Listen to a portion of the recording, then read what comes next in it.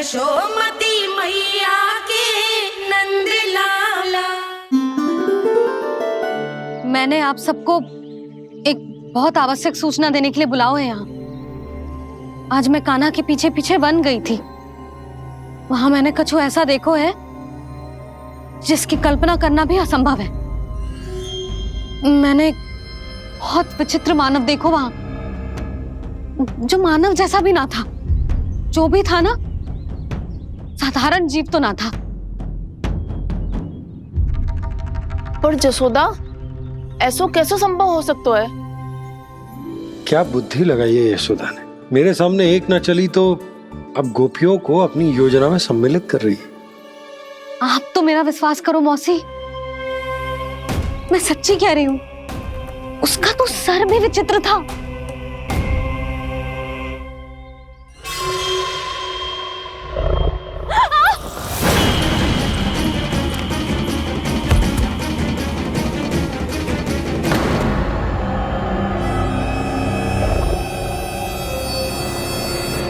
मैं असुर ना हूं रानी भाभी, मैं तो बंसी हूं।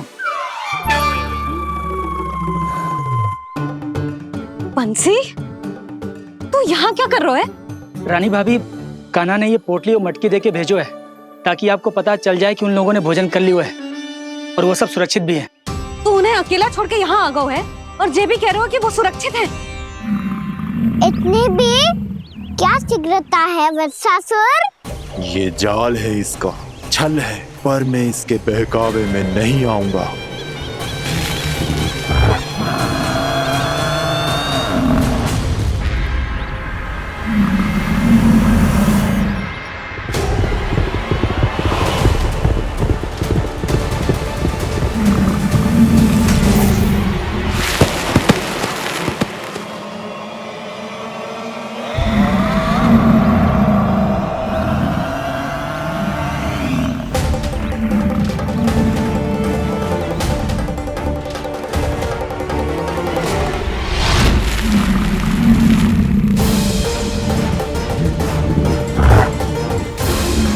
कब तक बच पाएगा तू?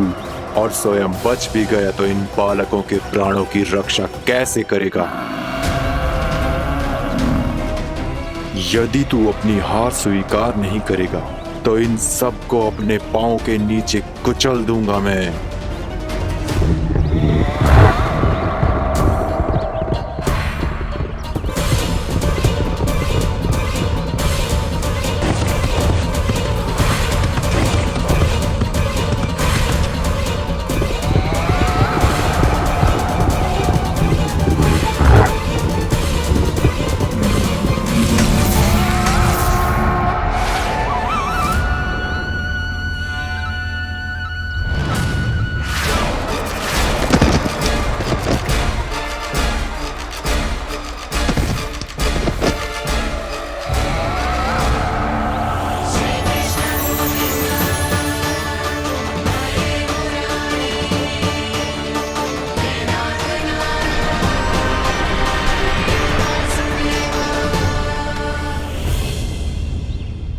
उलझन में क्यों प्रमिला?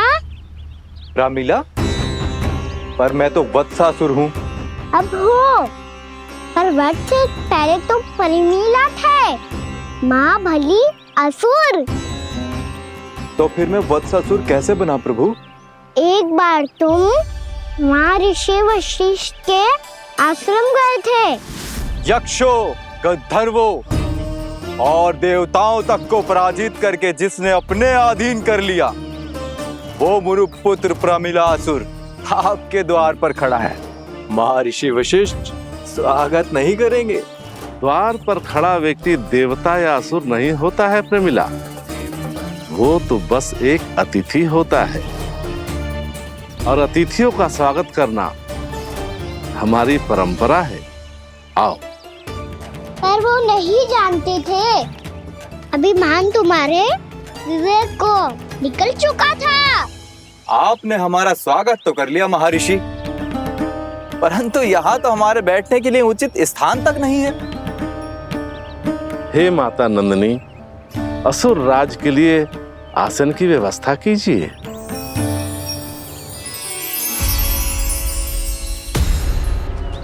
विराजिए असुरराज।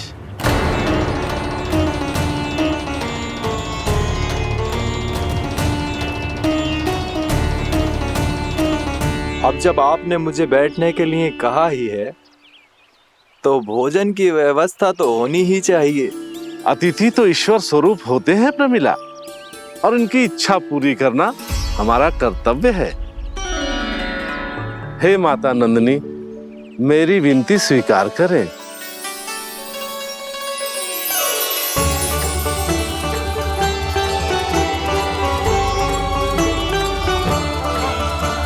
आरंभ करो प्रमिला। ये तो बहुत ही चमत्कारी गाय है, किसी भी मूल्य पर इसे प्राप्त करना ही होगा मुझे। फिर तुमने ऋषि वशिष्ठ से नंदिनी को पाने की योजना बनाई और कुछ ही दिन के बाद ब्राह्मण का रूप लेकर उनके आश्रम पहुंच गए। कहिए ब्राह्मण देव, मैं आपकी क्या सेवा कर सकता हूँ? महर्षि वशिष्ठ के आश्रम आया हूँ। रिक्त हाथ वापस लौटना तो संभव ही नहीं है। ईश्वर की कृपा से आपके मन में जो है वो सब मिलेगा। अपनी इच्छा प्रकट कीजिए ब्राह्मण देव। तो महर्षि, ये गाय मुझे दान में दे दीजिए। गाय मुझे दान में दे दीजिए। किस सोच विचार में पड़ गए महर्षि? क्या आप ब्राह्मण की इच्छा पूरी किए बिना ही उसे आश्रम से लौटा देंगे? किंतु इस ढोंगी के कुचक्र में मत फंसिए महर्षि। ये ब्राह्मण नहीं, असुर प्रमीला है, जो छल में मुझे आपसे छीनने आया है। छल? मेरे साथ छल करता है दुष्ट? तुझे इस कपट का दंड अवश्य मिलेगा। माता नंदिनी, इसके कुकर्म का फल दीजिए। तूने एक दिव्य गाय को पाने के लोभ में अपना वेश बदला था। अब मैं तुझे श्राप देती हूँ, तेरा वेश सदा सदा के लिए बदल जाएगा। इसी क्षण से गाय का बछड़ा अर्थात वत्स बन जाएगा तू वत्सासुर। बन जाएगा तू वत्सासुर। ये क्या हो रहा है मुझे?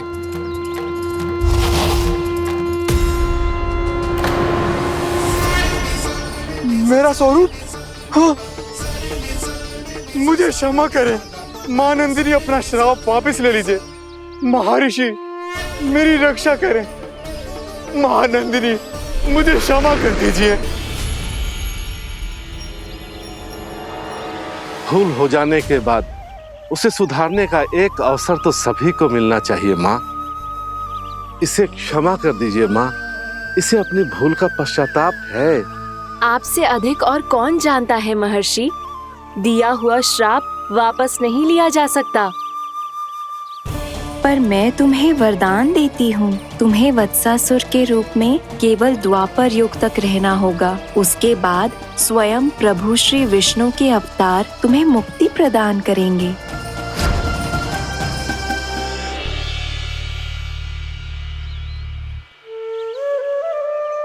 मुझ जैसे मूर्ख अभिमानी दुष्ट को भी आपने मुक्ति प्रदान की प्रभु।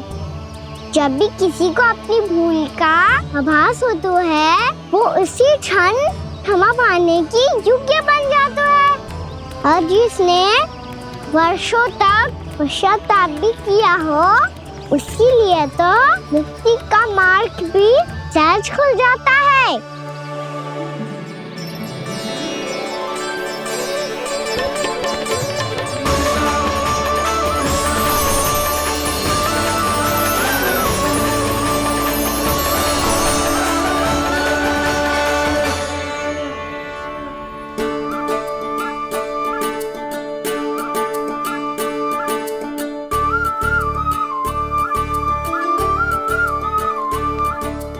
यशोदा,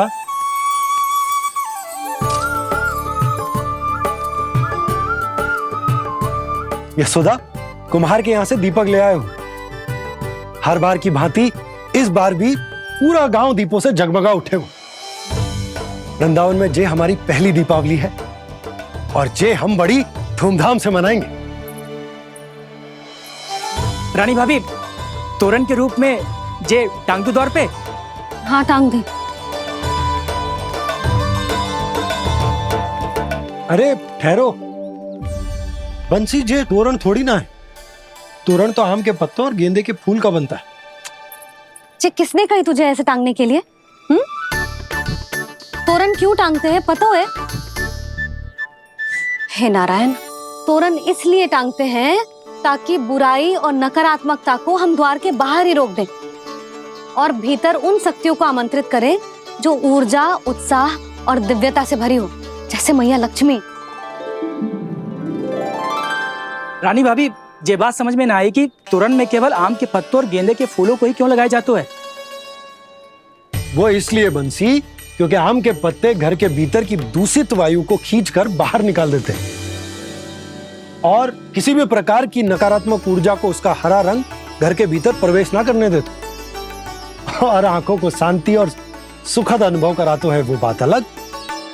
इसी प्रकार से गेंदे के फूल भी किसी भी प्रकार की नकारात्मक ऊर्जा को घर के भीतर प्रवेश ना करने देते और उनकी गंध से कीड़े मकोड़े भी घर से दूर ही रहते हैं। समझ में आई बात? जी समझ गए हो। हाँ तो समझ गए हो तो जा ना, शीघ्र आम के पत्ते लेके आ जा। जी। यशोदा, अपने कान्हा के गौचारण से लौटने की प्रतीक्षा में तुम जितनी व्याकुल हो ना, उतना व्याकुल तो अयोध्यावासी भी ना थे भगवान श्री राम के वनवास से लौटने पर। हर मैया के लिए उसका लल्ला श्री राम ही होता है। अच्छा एक बात बताओ, तुम अपने श्री राम, मेरा अर्थ है कि तुम्हारे लल्ला की प्रतीक्षा ऐसे ही भूखे प्यासे खड़े रहकर इस द्वार पर करने वाली हो क्या? भोजन की स्मृति सता रही है आपको? अपने लल्ला की कोई चिंता ना है। सारे बालक वन में अकेले हैं, अब तो बंसी भी यहाँ आ गए हैं। नारायण ही रक्षा करे उन सबकी, कहीं कोई अनहोनी ना हो जाए। इतने घने वन में कहीं कोई पशु या कोई राक्षस आ गो तो? अभी तो कह रही थी कि तुम्हारा लल्ला श्री राम है। श्री राम तो 14 बरस का वनवास काटकर सुरक्षित अपने घर लौट आए थे। तुम्हारा लल्ला तो सवेरे गया है गौचरण को, गोधूली के पहले वापस आ जाएगा। चिंता मती करो यशोदा, अकेले रहकर सब संभालेगो तभी तो हर परिस्थिति का सामना अच्छे से कर पाएगो।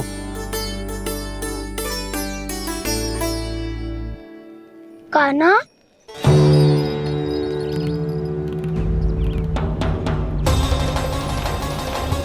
अब की बार तो पूरा फंस गया। अब इस स्थिति को कैसे संभालूं? जी कैसे हो? जी वत्स तो हमारो ना है। जी वत्स तो है ही ना। जी तो एक बहुत भयानक राक्षस लग रहा है। राक्षस? सच्ची बता कान्हा, जे तूने तो ना कियो? है जा कान्हा, हम घर लौट जाएंगे। अब पहरा देने की मेरी बारी है। आप जाओ और विश्राम करो। वन में आने से लेकर अब तक जो भी हुआ है सब तुम्हारी योजना का ही भाग है और अब ये भी तुमने ही किया है ना कान्हा? मुझे आप नहीं पहचानोगे तो और कौन पहचानेगा दाऊ? पर अब समझ ही गए हो तो बस देखते ही मत रहो, सईठा भी करो। स्मरण करो क्या है मेरा सत्य। स्मरण करो, मैं कौन? बोल कान्हा, सत्य बता। तू नहीं करो अजय? इतना बड़ा वत्स, बल्कि वत्स भी नहीं, इतना बड़ा राक्षस और इतना छोटा सा कान्हा। उज्जवल अपने बड़बोलेपन में कुछ भी बोलने लगते हो तुम। भला कान्हा में इतनी शक्ति कहाँ जो इतने बड़े राक्षस की ये दशा कर पाए? तो फिर ये किसने करो जे? ये कार्य तो बस श्री नारायण ही कर सकते हैं, है ना कान्हा? इतनी क्षमता तो उन्हीं में हो सकती है, पर सखाओ इसके बारे में गांव में किसी को पता ना चलना चाहिए। क्यों? क्योंकि यदि हमारे माँ को पता चल गया कि यहाँ कुछ ऐसा हुआ है तो फिर कल से हम में से कोई भी यहाँ ना आ पाएगा। तो फिर गाँव में ही खेलना छुपन छुपाई। उन सबका तो केवल वन आना बंद होगा। पर मेरी मैया तो मुझे घर से बाहर निकलने ही ना देगी। नाना, हम किसी को कछु ना बोलेंगे, है ना सखाओ? हाँ।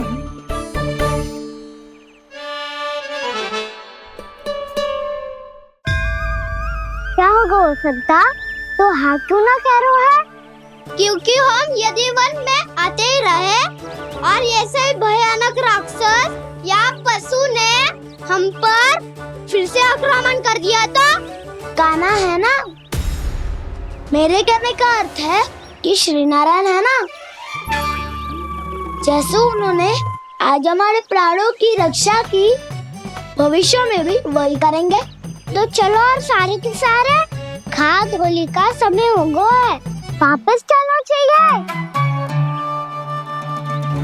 मना तो कर दिया है, पर ये सब मानेंगे यदि इनमें से किसी ने भी भैया के सामने मेरा भेद खोल दिया तो?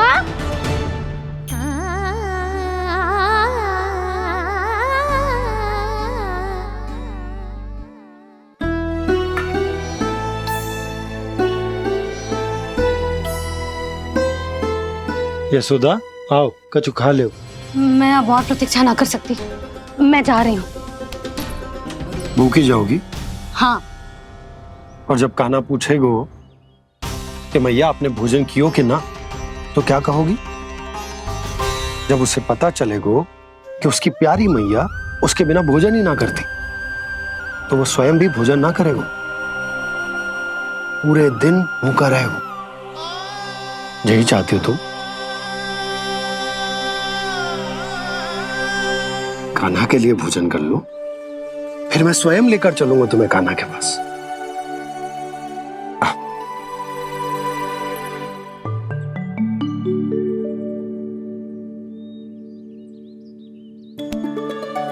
आपने कान्हा का नाम लियो है, इसीलिए खा रही हूँ।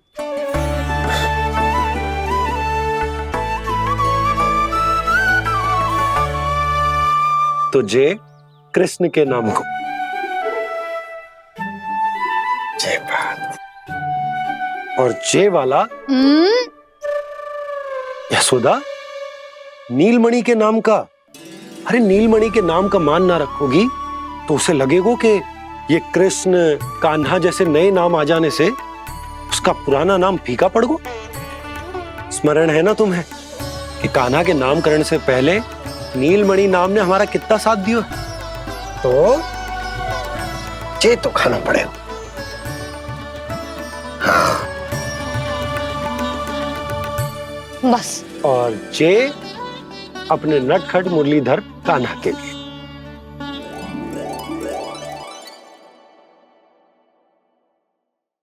लल्ला का नाम ले लेके आपने पूरा भोजन करा दियो। अब चलो, ले चलो मुझे उसके पास। आपने कही थी ना? हाँ यशोदा, ये लो।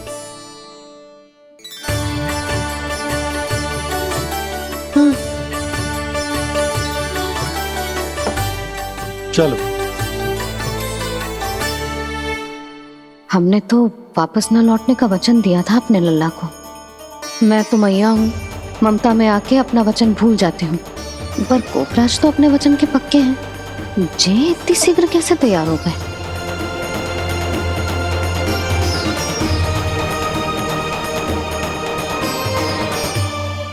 मरण है ना, आज जो हुआ है उसके बारे में कोई एक शब्द भी ना बोलेगा, समझ गए? हम तो समझ गए कान्हा, और हम बताएंगे भी ना। पर इसकी मृत्यु देखकर क्या करें? यदि किसी गांव वाले ने देख लिया तो हमें तो बताने की आवश्यकता ही ना पड़ेगा। चिंता मत करो, श्री नारायण सब संभाल लेंगे। ये जहाँ से आया है वही पहुँचा देंगे इसे। वाह दाऊ, क्या सुझाव दिया है आपने?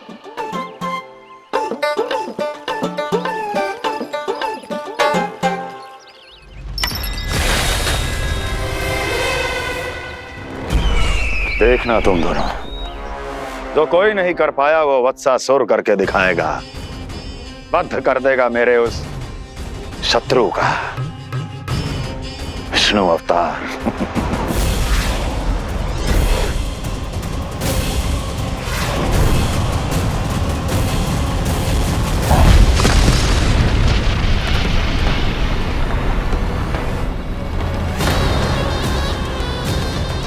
वत्सासुर!